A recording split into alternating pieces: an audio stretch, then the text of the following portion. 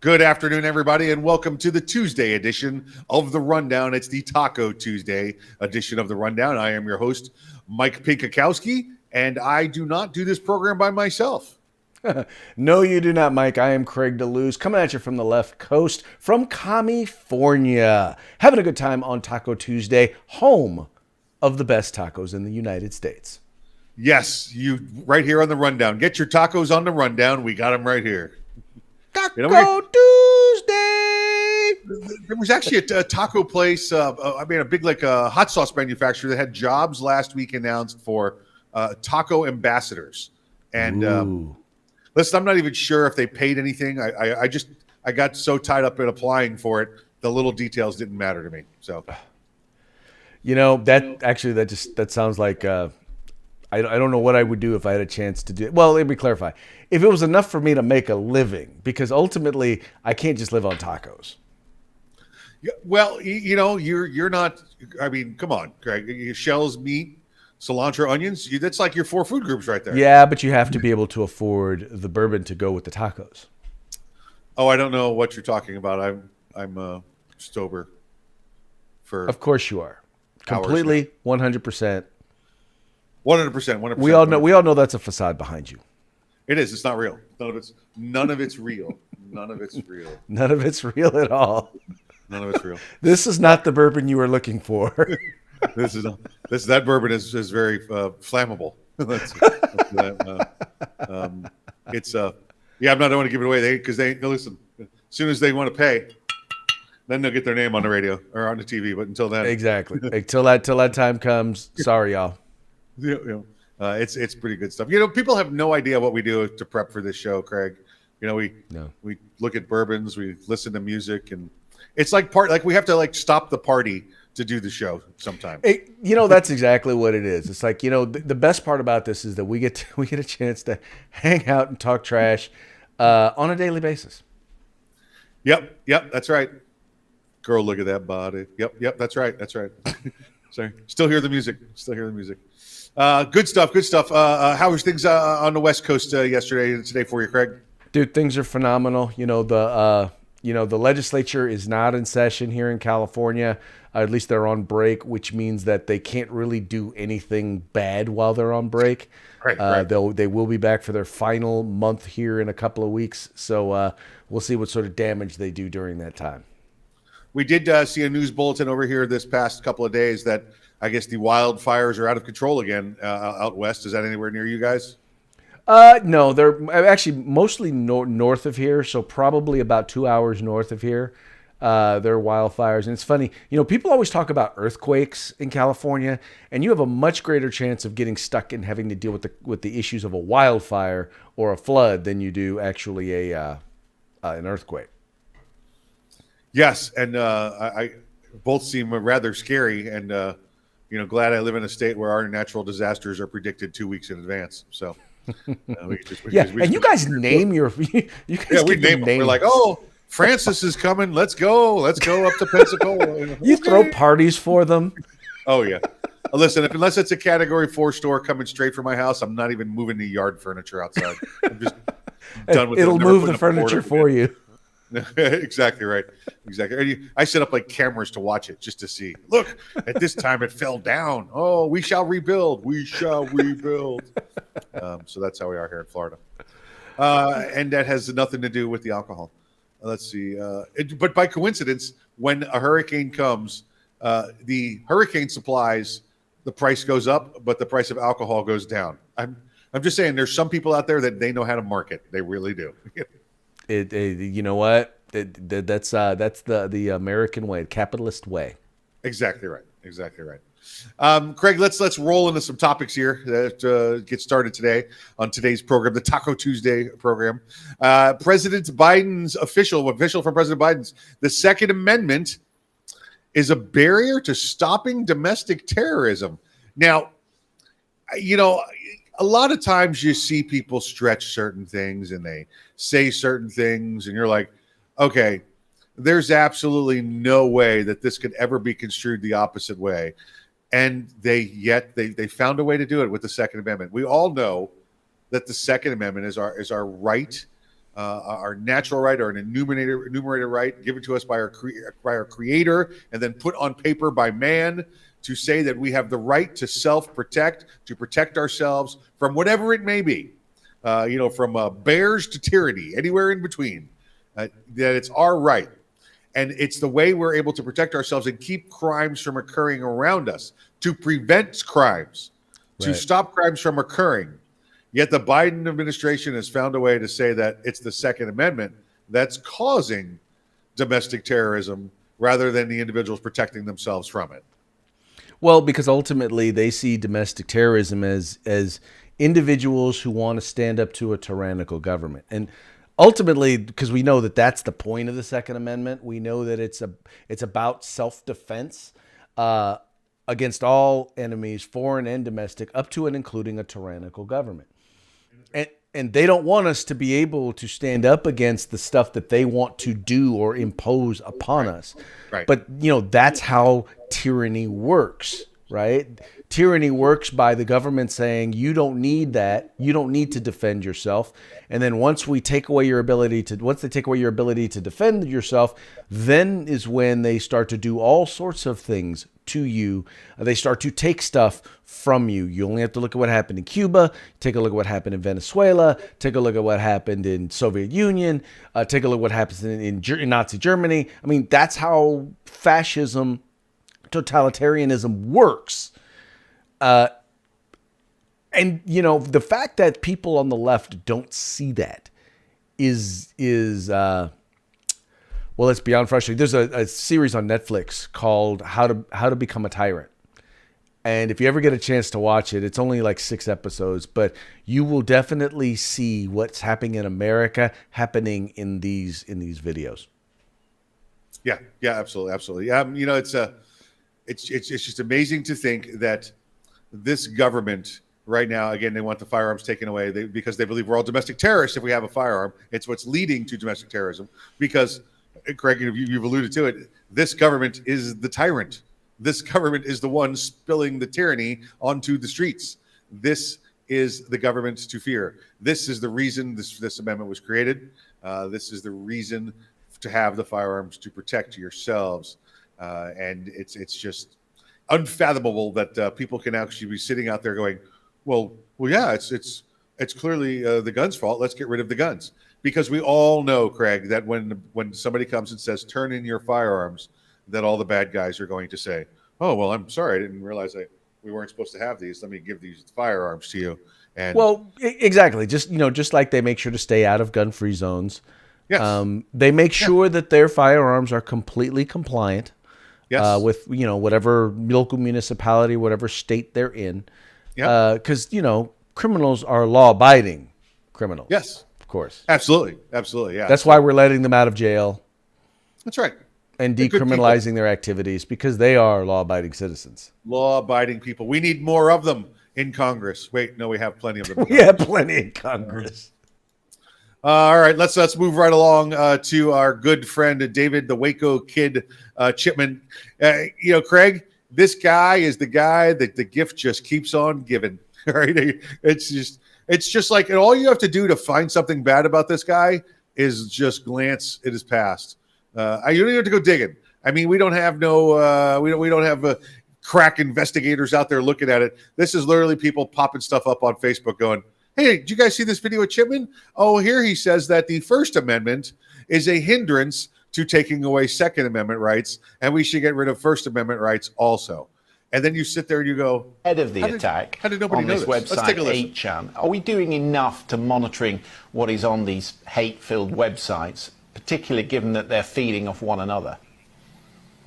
The frustration is in the United States, the freedom of speech and to say things is largely cannot be regulated. But yes, we have to do more to monitor hate speech on the internet, but we also have to do more to curb that same speech being presented by our president and other elected public officials.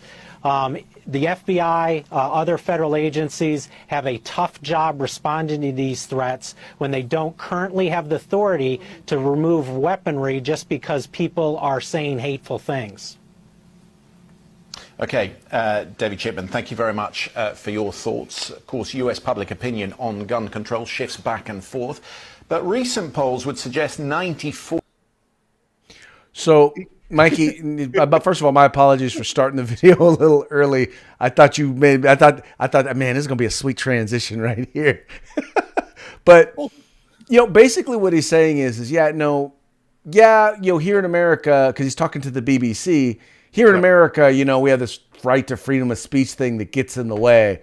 We can't regulate what they say. And what even sucks even more about it is, when they say hateful things, not when they say dangerous things, not when they threaten people, but when they say hateful things, we can't then turn around and take away their guns. This is the guy who wants to be the head of the agency that is specifically going to be monitoring our firearms and our ability to possess and own firearms. I'm sorry, but this guy doesn't believe in the Constitution. Why would we let him anywhere near our right to keep and bear arms? Such an angry little man. I mean, did you see his face too? What's with the face thing? What's he got going on there with the face? There's something weird going on. I can't trust a guy with a face like that. And then listen, the woman commentator there from the BBC, the look on her face after he said that was, are you essing me? Are you serious? Right. Even she couldn't believe it. Right. She's in a land where she's given up guns 40 years ago, and it's no big deal to her, and she couldn't believe what she was hearing from this knucklehead. Once again, this is the guy that they believe is appropriate to run the ATF. And I honestly think, I hope they keep him out there. I hope they hold him out there, because in the end, it reveals more and more and more about them and what they believe about the right to keep and bear arms. He's already said what he believes about brand new gun owners. So if you're a new gun owner who just bought a gun, you're like preppers and Walking Dead. You're ready for the zombie apocalypse, but you're not ready to defend yourself or exercise your right to keep and bear arms. Nope, not you. My prediction, Craig, is that this guy becomes the head of the ATF. They're going to keep him there until there's another mass shooting, and then within hours of that, run him in to be chosen to be the next director of the ATF. This guy is wholly unqualified. I've never seen the House and Senate so decisive over hating this guy. One side or the other. That he should not be there at all whatsoever, which just makes me believe it's going to happen. Right. I mean, you even have the Republicans who are questionable on the Second Amendment. Support or refusing to support his candidacy. You've got Democrats now doing the whole, this ain't probably the best thing, but they'll wait. As soon as there's some butt clown out there that grabs a gun and goes into a gun-free zone, and he's a criminal and he passed their 4473s, or he stole a gun because all the laws don't stop him, and he goes in and he shoots a couple people, this guy's going to get nominated, or he's going to get selected. Well, we shall see. It's going to happen. The one thing I would like to see happen in the House, Craig, is this next story.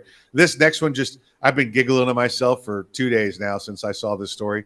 And it was brought up by Matt Gaetz from Florida also. So that just makes it even more tickling to the spirit. Democrats had to introduce a bill to block former President Trump from becoming Speaker of the House. Now, I want to explain how this could happen, unless you want to, because I've been talking the whole time. I'm looking at the talk monitor. I've been talking, and you've just been sitting there. Oh no, please, because honestly, okay. I never knew this. So you educate me, bro. I want to hear this. All right, so we all know that former President Trump is the former president of the United States. He does not have any elected position right now. He might be on the HOA down at Mar-a-Lago. I don't know, but that's not really a big thing. So the way that the instructions read in the House, in the chamber there at the House of Representatives, says that the House of Representatives shall choose a Speaker of the House. And that's what it says. They shall choose a Speaker of the House. It does not say they shall choose a Speaker of the House from amongst themselves, from amongst the House of Representatives, from amongst the elected officials in Congress. It just says they shall choose a Speaker of the House. So what has been proposed by many Trump supporters and President Trump himself, you know how he is. Well, are you going to do it, sir? So just to leave people wondering, when it was brought up that if the House is taken over by the Republicans come the midterms, that they could select former President Trump as the Speaker of the House. Okay, so so Democrats are basically have introduced a bill in order to prevent this from happening. Right. Well, it's going to be real interesting to see. It's going to be real interesting to see how that goes down. I can't wait for it to happen because it's just going to show their panic, their fear of this man. It's just going to highlight it even more and make him even more popular. Well, they may not make him Speaker of the House, but if they pass this bill, they'll make him president again. Dude, I will tell you, and you know this, and I've said this before. I was concerned when Trump ran in 2016 that he was not going to govern like a conservative, and thank God I was wrong. But I will even tell you, from day one, I have to say, not even from day one, from election night, the very fact that just to watch the left lose their minds over Donald Trump in and of itself was entertaining. Yep. I to watch this and to watch them lose their minds over him is it is worth the price of admission. It is worth every tweet. It is worth every off the wall comment. It is worth every 3-hour speech that he gives. All of it is worth it just to watch the left have a conniption. Craig, at my funeral, many hundreds of years from now, I want there to be the video rolling in the background, interspliced with scenes from the original Top Gun, is the liberals' reaction to President Trump being elected. I just want that rolling in the back the whole time. Just those two items. It is just because once again the funny part about the whole thing is, Donald Trump used to be one of them. He was one of them for the longest time. He wasn't racist when he was a liberal New York Democrat. He wasn't racist then. All of a sudden, he became racist when he became a Republican. Funny how that happens. He played them. I mean, how many times do we have to talk about this? That he was a businessman and he used them for what he needed to use them for. Right. As a businessman, he got tax rates dropped. He got loopholes, you can call them, dropped in there, and he used it to every bit of his advantage and used them to gain popularity and become more powerful. Those Democrats helped make him the Republican president. Well, but and what's furious? Well, but you know what's even funnier about it, and this is what I believe. Because here's the thing, I don't believe that President Trump, is an ideologue. I believe that it's more important to him to get things done. Yes. And if Democrats hadn't basically just burned all the bridges and declared nuclear war against him, they probably could have gotten a lot of stuff they wanted done through him because he wants to be seen as the guy making the deals, right? That's right. I mean, it's just they literally shot themselves and shot their agenda. They shot themselves in the foot when it came to Donald Trump. They had a chance to, because once again, for him, what was more important is the legacy, right? I did all this, right? That was what was more important to him. And what he realized is, okay, I don't have a he's a master marketer. He understands messaging. He's like, I don't have a market over here on the left. I'm going to focus all my attention and all my policies on what is going to get my base excited and what is going to get my base to continue to support me. And that's what he did. He wrote a how-to book called The Art of the Deal, and they didn't read it. He told them what he was going to do. Right. Yeah. No, you're 100% correct. You're 100% correct. What's funny is, and I think you made the point, and I love this, they made him the conservative that he turned into. Yep. Absolutely right. How many celebrities do you have to hear say Donald Trump will never be president? How many? Oh, man. At the loop. It's going to be on the loop behind me. Yep, exactly right. All right, moving right along. It's time to talk about Captain Florida, Governor DeSantis, Ron DeSantis, down here. This guy, President-elect DeSantis. President, or I like to think of it as Vice President-elect, and then having the election turned over to him 2 years into it. or excuse me, the presidency turned over to him 2 years into it. Because they were going to, you know what they're going to do? They're going to play the Biden Harris game, where the presidency turns over to her 2 years into the presidency. That's what Trump's going to do with DeSantis, turn it over to him at the 2-year mark. And then he's going to become ambassador to the world or something like that while DeSantis is president of the United States. So this story this is another one that just tickles me, Craig. There's a group of people down in South Florida, Broward County specifically, a couple from the St. Pete area, that have decided they're going to sue Governor DeSantis for putting people back to work in the state of Florida. What's that you say, Mike? They're going to sue for putting people back to work? Well, yeah, you see, about 2-3 months ago, maybe even 4 months ago, we had a problem here in Florida where people were just refusing to go back to work. And why should they go back to work when they were making more money sitting at home than they were at work? Well, it's because we had state incentives for unemployment. And I get that. Listen, that's your money. If you're unemployed and you paid into the unemployment for more than 9 months, that's your money. I don't see that as welfare. I don't see that as a handout. That's your money. Right. At least for 6 months it is. Well, then the Fed started piling money on top of that. So it got to the point where you could stay home, collect more money than you were making at work, Right. and have no incentive to go back to work. Well, and by the way, not everyone was in that position, but a lot of people were. Correct. Think about it. $300 a week additional on top of whatever else you were able to earn. $600 a week. Yeah, you had some people who were earning like, 40 grand a year just sitting at home doing nothing. Yes. Now, if you're someone who normally would only earn 40 or even up to $50,000, right? Why would you then turn around and go to work, go through all the expenses of work and all of that in order to earn less money or about the same amount of money than if you stayed home?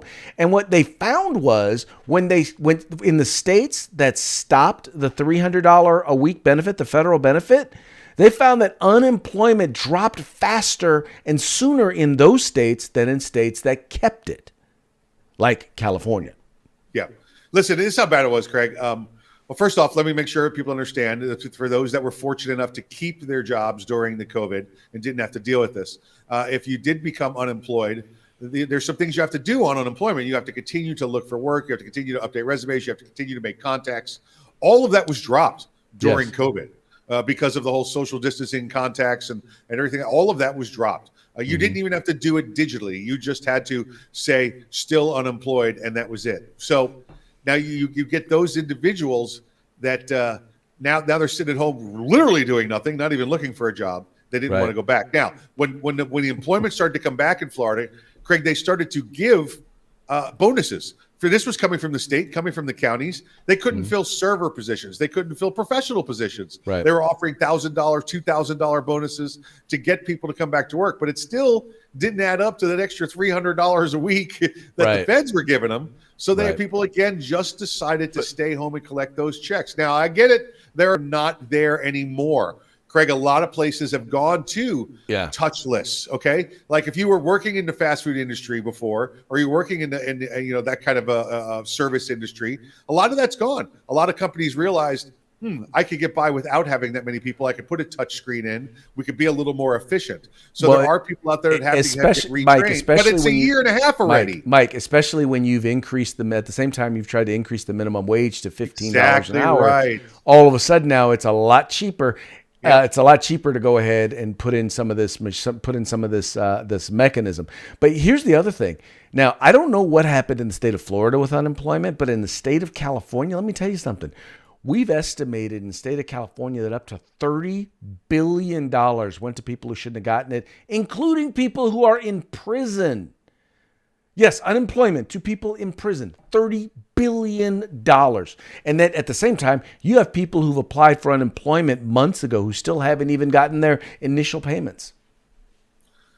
Craig, you know what? There's a saying we use over here, but the people in California, they couldn't track a person in the snow. Okay, there's no way they could track all those people having jobs and being in prison or anything like that. Okay, it's just absolutely couldn't happen. And in Florida, when the governor had this economic program, when he introduced our immediately within days, our unemployment rate dropped below the national average and is one of the lowest in the country again. Yet there are some people that just can't get off the couch and want more money. So they found themselves a nice lawyer to file suit against the governor. Yeah, and in the end, they're going to wind up losing. Well, I mean, in the end, I think we all lose because of these idiots. I think we should cut off their state funds too if they lose. You know. Well, if you unless you're providing evidence that you're out looking for a job. Yep. We should. That's what we should do. We should put them out. Make them an outdoorsman. Go outside. Get outside. Be somebody that's outside looking for employment. That's what you should be doing. All right. Let's move right along here. What do we got here? The federal court. Oh, you know what? I have dominated the last 4 stories, and I had the fortunate opportunity to bring you more of Governor DeSantis, Captain Florida. Craig, you got to take this one. Most definitely. So here in the state of California, you may or may not know that, our schools were closed for the longest time and actually just recently opened back up. And even until the end of the middle of this year, I think in March of this year is when schools finally opened back up. And even then it was really only 2 days a week. It was really only 2 days a week of in-person learning. Well, early on, as far back as July of 2020, a group of private school parents and some public school parents actually wound up suing the governor over school closures because when he was asked, okay, well, so where's the data? Where's the science? Where's the statistics that shows why we're keeping our schools closed? The governor refused to provide anything. He said, I'm issuing this executive order. Schools are closed, period. And we're following the science. Okay, well, what's the science? Where's the data? Wouldn't tell anybody anything. This is after spending tens of millions of dollars on contact tracing. Supposedly, we knew who was getting it. We knew how they were getting it. We knew who was getting sick. But here's what we knew. At the same time, we knew that private schools that didn't close or public schools that didn't close or closed and reopened, we knew that they weren't vectors for people getting COVID. We knew the kids weren't getting sick in any larger numbers. In fact, they were less likely to get sick there than in any other public place, right? And yet they were receiving lower quality education, right? Now, I'm not saying the distance learning can't work, but I'm saying that unless both the parents, unless the child, unless the school district agrees to it and we're set up for it and are all ready and they're all down for this is how we want our child to be educated, it's really, really hard to make distance learning work, right? And guess what? We already know that it wasn't working. So they sued. And it turns out that not only did they win in the district court, but now they've won the Ninth Circuit Court of Appeals has ruled that Governor Newsom violated the rights of parents as well as violated the rights of students in the public schools by not allowing them to get the quality education that other students were receiving who were allowed to get in-person learning. It's a big blow. And the amazing thing to me is you had a couple of venues write about it. Like you had, I think Newsweek wrote a story about it. You had the LA Times and you had San Diego Union Tribune. But none of the other major media outlets, either in the state of California or Associated Press or Reuters, none of them wrote about this decision. And I wonder why. You know, I did pick this up a little bit from LA Times, but they buried it, Craig, and they didn't even have Newsom's name in the article in the title. It was definitely hidden by them, like they had to report it, but we're going to leave Newsom's name out of this, and we're just going to make it sound like some education story, so nobody wants to talk about it. This was great, and it's out of the Ninth Circuit, formerly the Ninth Circus, but they're becoming a little bit more, a centrist since the work of former President Trump filling those courts up with conservative justices. So this is great to see, and it's almost as if they were like, all right, let's put that target on Newsom's back and take a shot, because their ruling there said, yeah, your governor just screwed the pooch again. You can't do this. Keep in mind, Mikey, now, churches have sued Governor Newsom and won. Yes. Schools or parents have sued Governor Newsom and won.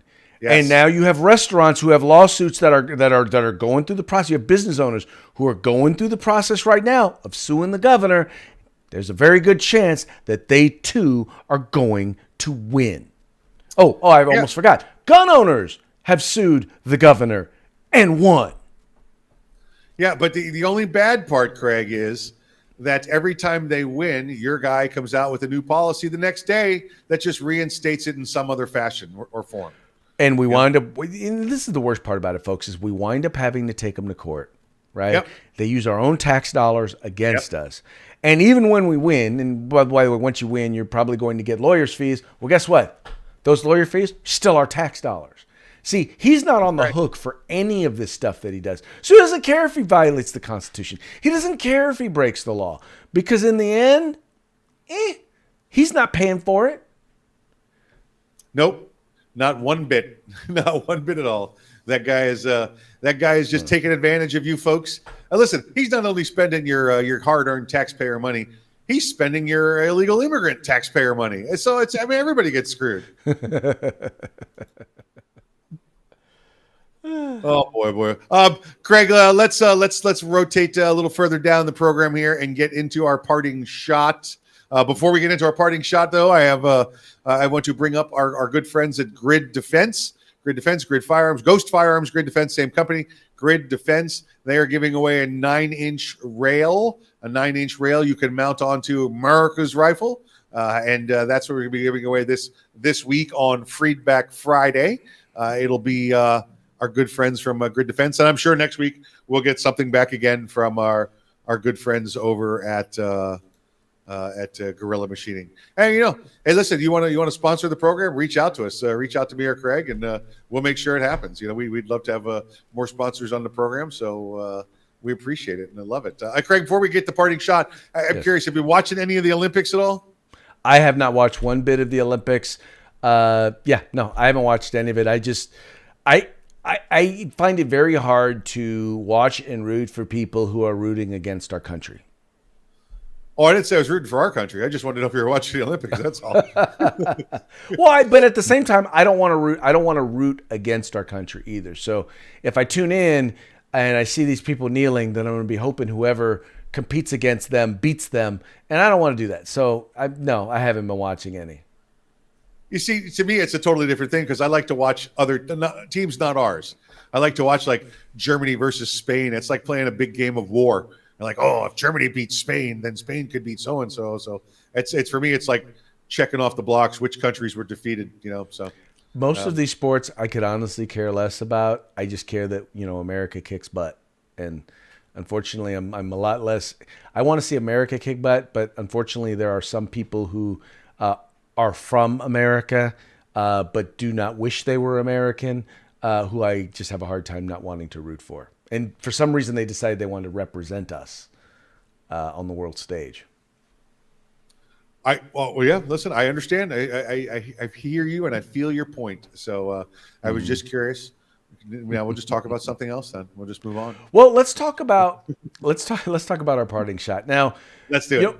There's always been this ongoing thing, and people talk about, are we a democracy? Are we a republic? For those of you who do not know the difference, direct democracy is basically two wolves and a sheep deciding what to have for lunch. Yep. That's direct democracy, and that's what our founding fathers knew and understood about direct democracy. A republic is a country that is run by a set of laws. I mean, we are a representative democracy, right? Meaning that our democratic republic. There you go. That's what I'm looking for. The constitutional republic. Constitutional republic, exactly. We have a constitution which lays out the fundamental rules, and then we elect people who then pass laws using as a foundation that constitution. Well, unfortunately, as we've gotten closer and closer and further along to flat out just ignoring the Constitution, ignoring fundamental human rights, we've moved into a different form of government. And that form of government is called an ineptocracy, right? A system of government where the least capable to lead are elected by the least capable of producing, and where members of a society least likely to sustain themselves or succeed are rewarded with goods and services paid for by the confiscated wealth of a diminishing number of producers. That is now where we are, folks. It's like with our form of government, once the people who are unwilling to produce or less willing to produce realize that they can take from everyone else, or they can vote themselves a raise at the expense of the minority who are producers, that's when stuff goes afoul. There's a reason why the founding fathers initially required people to be landowners in order to be able to vote, because they realized, look, you got to have some skin in the game. If you don't have any skin in the game, it's going to be kind of tough. You're going to be able to vote to take stuff away from those who do.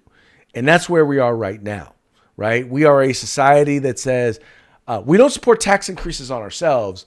We support tax increases on them, whoever they are. Yep, ineptocracy. That's exactly what you have, Craig. And I think we're, one legislative cycle away from being an idiocracy. It's just the next step down the chain here. But it's close. And folks, keep up the good fight. That's all we can say. Keep up the good fight. Don't surrender your rights whatsoever. In fact, Craig, I had to talk to somebody this week about firearm safety, the 4 fundamental rules of firearm safety, right? Well, now I teach the 5 fundamental rules of firearm safety. Number 1 being never give up your guns to the government. Nope. Don't put yourself in a situation where you've got to give your guns up to the government. Just don't ever do it, because in the end, you may not need them. The next generation may need them. God willing, you don't need them. Yeah. Otherwise, you find yourself on the London Bridge fighting off a knife attack with a narwhal tusk. What? Narwhal tusk. Come on, that's when they had the knifing attack in London Bridge 2 years ago. Oh my. Okay. All right. The guys were in the bar, and the only thing they had to fight with was a narwhal tusk on the wall, and they took down and fought off the attackers with a whale tusk. It's just ridiculous, folks. These are the people that, keep in mind, these are the people who we had to kick out of here. I mean, it is the amazing thing whenever I see a Brit talk about our right to keep and bear arms, and what they fail to understand is, you were the primary motivation behind that. Yeah. Luckily, we 100% don't care what you think about the Second Amendment. Right. And I think we've proven that to you. Yeah. Hopefully we have proven to you that we don't care what you think about the Second Amendment. Yep. Yeah, there's nobody else that understands that quite the way the British should. Yeah. Well, folks, hey, it's about that time. It's about that time for us to go. We very much appreciate you guys tuning in. We appreciate you liking, sharing, and subscribing. You guys, I know some of you are watching us on various different channels. We need you to subscribe to us at The Rundown, both on YouTube and on Facebook. Follow us there, because that's the only place you're going to find Feedback Friday, by the way. Where we get your feedback, we participate, we get your comments, and all of that stuff. The only place you're going to be able to watch that is going to be on whatchamacallit. The only place you're going to be able to find that is going to be on The Rundown. So make sure you guys tune in there. Catch us on The Rundown. Like, share, subscribe. We'll see you on Feedback Friday. And I guess that's it. I guess is it music time yet, Craig? Is it music time? It is actually about that time. So we'll talk to you guys later.